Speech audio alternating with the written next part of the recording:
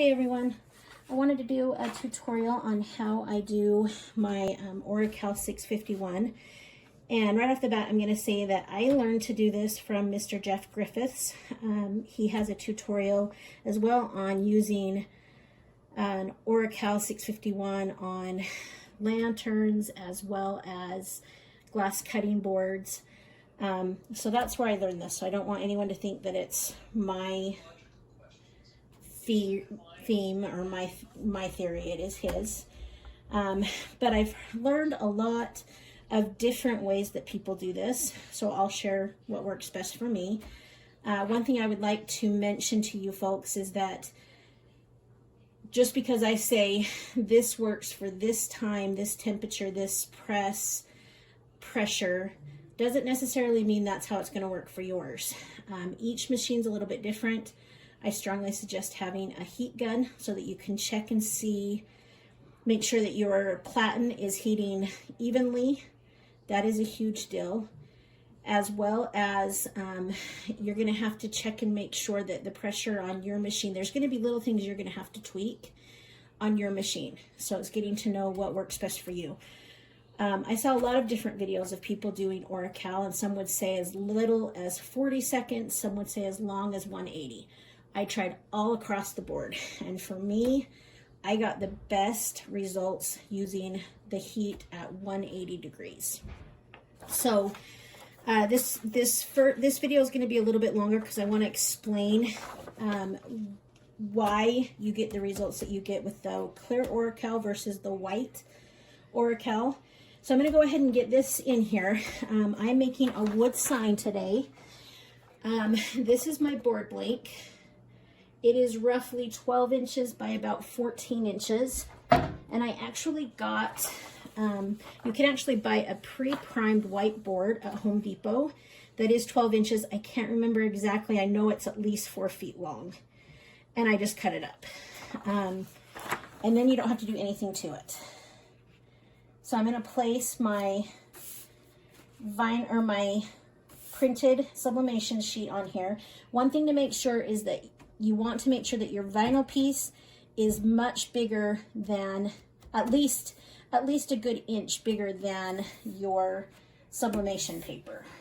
Otherwise, you do have problems with it sticking. I have found that I get the best results with my heat set at 320 degrees, and I press it for 180 seconds with light pressure. We've talked a lot about, particularly doing the mats, we've talked a lot about pressure, and I want to explain something. Anytime you're doing the bigger designs, like the great big full center mat designs, or I've done big Oracal designs that I've sublimated on the vinyl, anything like that, you've got to be cognizant of the substrate. Some substrates are much more forgiving of that tape seam than others.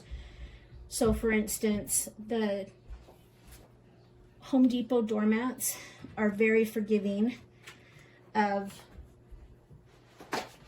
that tape seam, and you hardly if ever will see it. But like the vinyl, if I were to do a bigger vinyl piece, you have to be very careful and use very light pressure, or you will see the tape seam. Same thing with wood. When I've done wood with the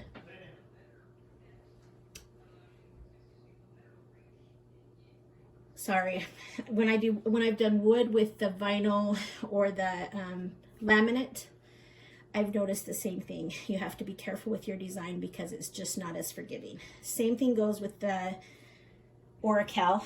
You want very light pressure. This is barely touching this. So what I want you to understand about the Oracal is that the ink is actually getting absorbed, I guess is the best word, picked up by the adhesive. So if you think about it, it's not the top part, it's the sticky part on back that is picking up the image. and picking up the ink.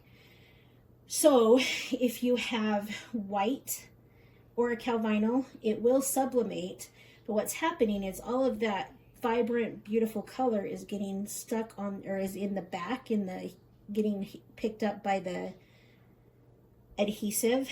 And so the front, you get almost kind of a milky,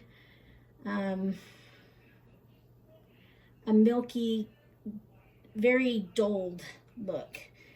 But if you were to take that piece of vinyl with the white Oracal and peel it up and look at the back, it would be beautiful.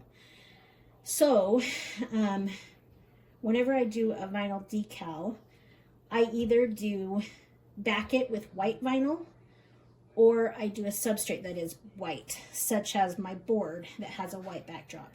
Then you can do any color that you want and get that vibrant color because it's being soaked into the adhesive.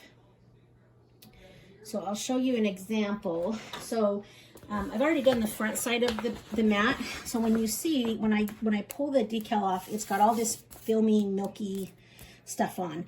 That comes off very nicely. All you have to do is get a rag or like a scrubby sponge and some Dawn dish soap and wipe it off, and it comes off. I'm pretty picky about my signs, and so I always spray it. Go ahead and open that up. One thing I wanted to point out too is when you bring this off of the heat press, I bring it off and I just sit it aside until it cools down for a minute, because the paper's going to stick really bad in some instances, if you don't let it cool down. So you can see my finish. This is the first one I did. So I'm going to take this and I'm going to wash it off really good with Dawn and a scrubby brush. And then after I apply it to my board, then I always do a finish spray. I would do a matte finish spray because you're already going to have some gloss, because unfortunately, at least not that I found, Oracal does not have a matte version of its clear vinyl yet. But one thing that I want you to look at is that if I pull this back, you can see this is kind of just, if you look at it that way, it's kind of translucent. And so you do have to have that white backing. And you can see how much even was absorbed into the backing paper. So I want you to look at the front and then look how vibrant that is on the back. And that's because that's what's getting, it's all this sticky adhesive that's getting the ink. All right. I'm going to turn this off for just a second and then we'll restart as I apply it to the board. All right, everyone, I've cleaned off my vinyl. As you can see, and I've cut it down so that it's the size that I want it. As you can see, it still leaves some little chalky white film, and I'm not sure why it does that. It's something with the sublimation paper itself. And so like I was saying when I was pressing it, I always spray my signs when I'm done with them with a clear matte polyacrylic spray. I use the matte on these because you've already got the gloss from the vinyl and I don't want to enhance that anymore.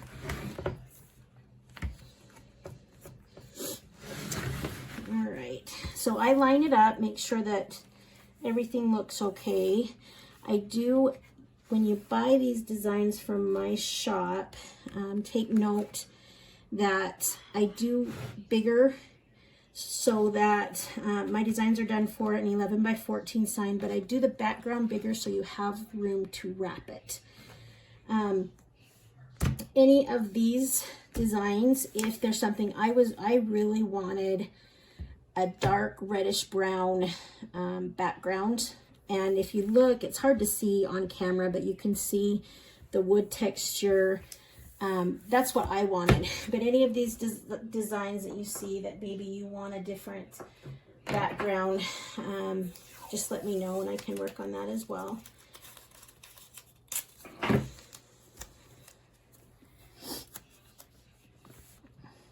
So with this, I always tack And I'm sure any of you that have done vinyl know about the hinge method, and I love the hinge method. That changed my life when someone taught me that for installing vinyl.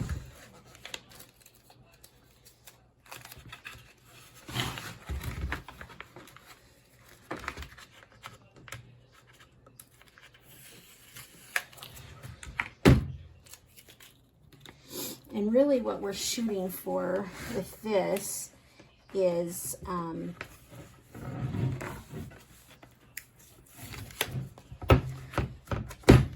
sorry, just tape it down. I just tape it down to your table so it holds it steady. And really you just need a little bit of this top portion so that you can tack it and it doesn't move on you. So if you take this off, the tools that you will need is the painter's tape, of course, a squeegee, a vinyl squeegee, and I do like the bigger ones. They're a lot easier to work with. And then X-Acto knife and some scissors. So just bring this back a little bit. It doesn't have to be a ton. Like I said, we're just trying to tack it.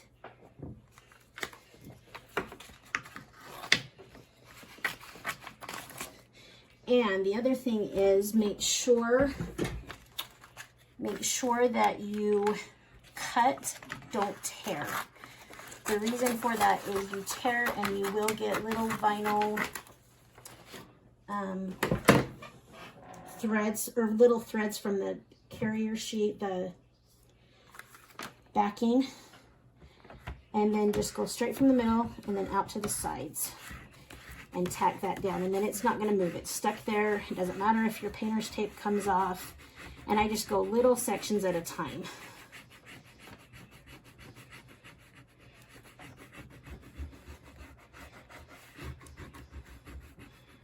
I'm going to trap a couple air bubbles in there just so you can see. It's no different than if you're doing adhesive vinyl. If you get those little air bubbles in, you just go in with a really, like the tip of this X-Acto knife is just teeny tiny, and go in and pop it, and then just run your finger over it, and then that will take care of that. But be very careful that it's a very small instrument that you're doing that with. Otherwise, you'll see light holes, particularly on something this dark. So again, I want you to notice, if you look at this right here, let me hold it up to the sun so you can get it from the window. You can see that it is almost translucent when it's not against the board. And that is because it's clear and because it's picking it up on the back side. So when you get it on the board, the white backs that and reflects it back so that you can see it. And it's nice and clear and pretty. And beautiful color.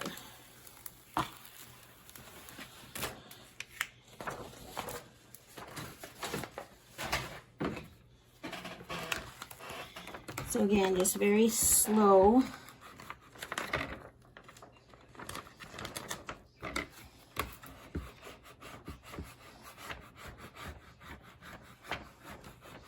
As you can see though, it's a lot more efficient if you have the bigger squeegee, because you can cover more surface area, which is going to prevent too many air bubbles from being sucked in.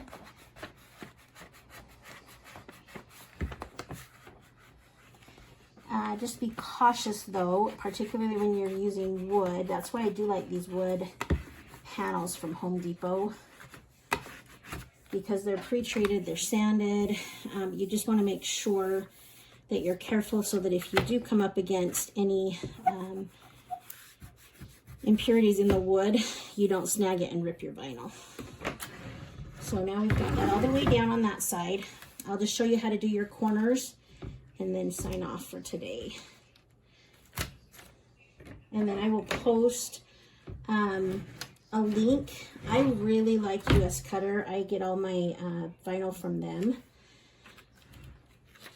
And you can order, like I think I ordered 24 inches wide by 30 yards last time. and you get a lot more for your bang for your buck if you order it bulk.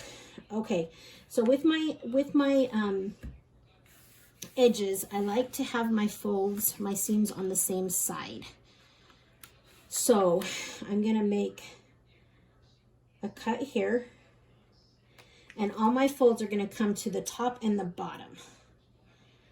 So I'm gonna make my cut there, and then I'm gonna make my cut here.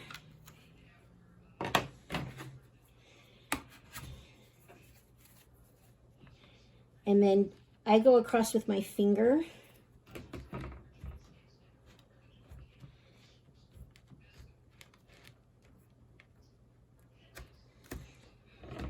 And so that I get a nice crisp edge. And if you have some overhang on the bottom, that's okay. We're going to take care of that at the very end.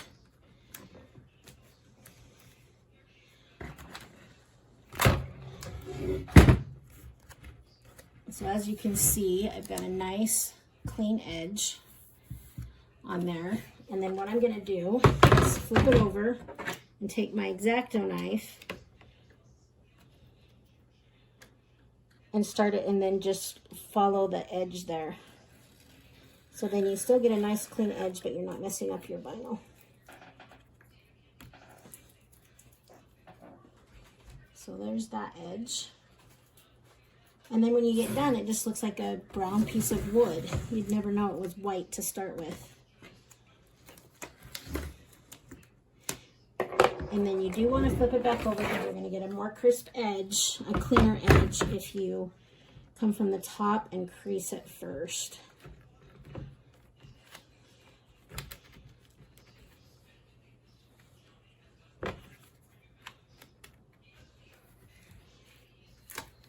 Guys, I don't know why I get so nervous when I do these. You all have been so kind, but I hate cameras.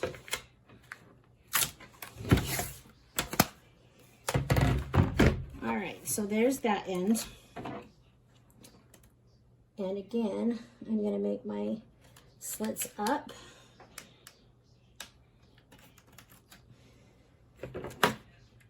And basically what I want you to see is wherever you're going to make your fold and make your seam, I want you to have a tab. So that's why I'm making that particular cut right there. And then same thing, I'm going to just go along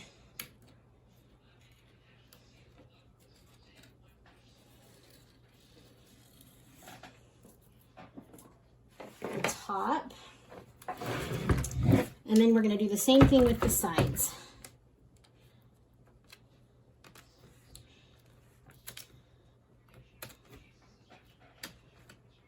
So I'll get this one side done, and then I'll sign off and maybe just sign on for a short little clip right at the end of the sign so you can see the finished corners. Then take your squeegee again and just make sure you've got a good contact along that whole seam. And then I'm going to just go ahead and cut my excess off.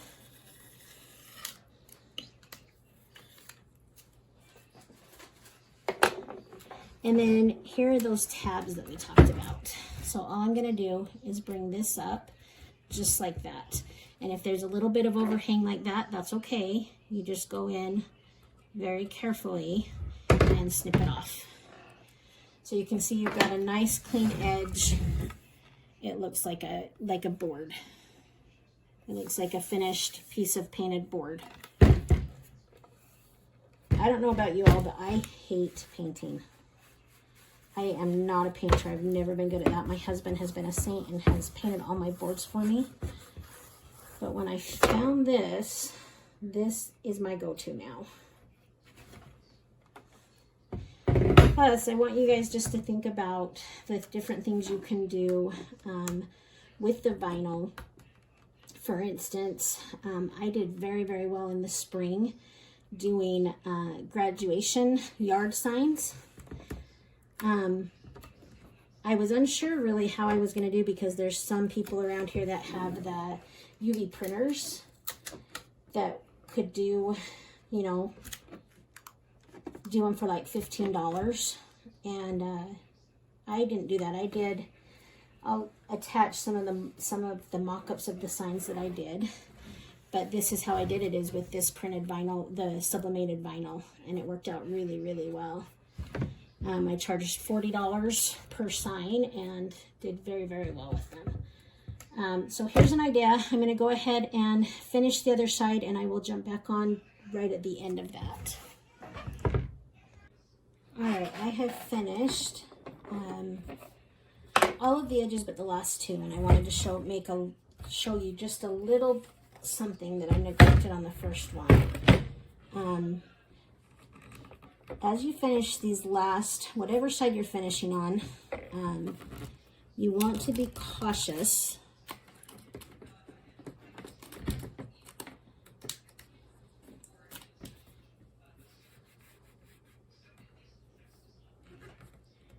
about how you use your knife on this last little part. The reason being, you don't want to foul up your edges. You want a nice clean edge. So I'm to the point that I need to trim my edges.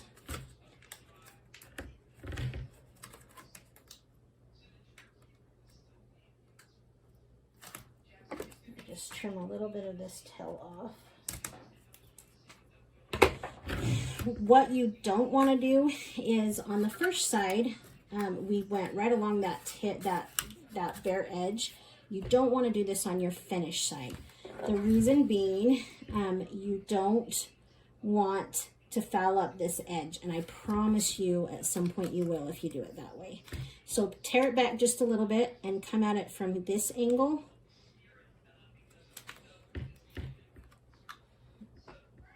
And then you can still use this side to guide you with your finger, but don't use the edge, because otherwise you're going to end up with a problem at some point. If it doesn't happen this time, it will happen at some point, I promise you, because I've had that problem a couple times, and there's nothing more frustrating than getting to the end of your sign and then fouling up the edges and having to reprint everything and re-strip your sign and do it all over again.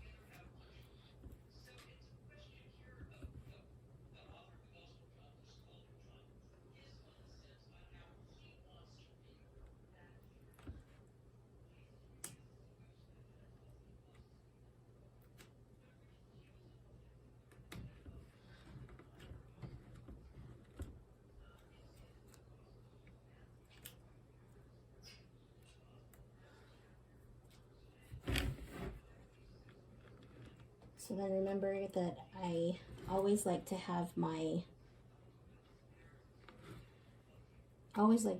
corners end on the same, whether it's the sides or the top or the bottom. I always like my folds to be on the same side. So this one I've put them on the bottom and the top, and then I'm just going to go in and clean that up so you can see I've got a nice clean edge. And then I'll come over and just fold that over and make sure there's no excess. And that looks good. So I'll finish out the other side, but there's the finished sign. Then I would spray it. The cool thing about it is you can hang it just like a normal sign. You just nail or screw right through the vinyl, and you're good to go. So that is how I do my signs. That you would follow the same process for doing vinyl decals, putting them on for like if you wanted to do a part vinyl sign and a part add some enhancements with graphic. That works really well. I did a really fun snowman sign last year that I did that. So there are some options for you. I hope that helps, and that gives you some more ideas to incorporate into your business. Have a great night.